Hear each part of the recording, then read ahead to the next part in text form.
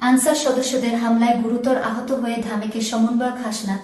রাজধানীর আব্দুল গনি রোডের সচিবালয়ের সামনে আনসারদের সঙ্গে সংঘর্ষের ঘটনায় বৈষম্য বিরোধী ছাত্র জনতার আন্দোলনের সমন্বয়ক হাসনাত আব্দুল্লাহ আহত হয়েছেন। তিনি বর্তমানে ঢাকা মেডিকেল কলেজ ধামেক হাসপাতালে চিকিৎসাধীন আছেন।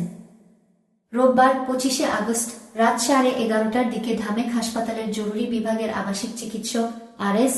আলাউদ্দিন এ তথ্য নিশ্চিত করেন। এদিকে ধামেক হাসপাতালে পুলিশ জানিয়েছে, সচিবালয়ের সামনে ছাত্র জনতার সংঘর্ষের ঘটনায় আনুমানিক 30 জন আহত হয়ে ধামেক হাসপাতালে প্রাথমিক চিকিৎসা নিয়েছেন। এদের মধ্যে অধিকাংশই শিক্ষার্থী। প্রসঙ্গত, চাকরি জাতীয়করণের দাবিতে রোববার সকাল থেকে সচিবালয়ের সামনে বিক্ষোভ করছিলেন আনসার সদস্যরা। এক পর্যায়ে টানা 11 ঘণ্টা সচিবালয়ের কর্মকর্তা-কর্মচারীদের অবরুদ্ধ রাখে আনসার সদস্যরা।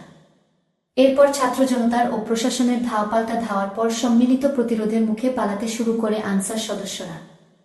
প্রথম দিকে দুই পক্ষ ধাওয়া-পাল্টা ধাওয়া হলেও এক পর্যায়ে সেনাবাহিনী ও সাধারণ শিক্ষার্থীদের সহায়তায় পরিস্থিতি নিয়ন্ত্রণে নেন শিক্ষার্থীরা।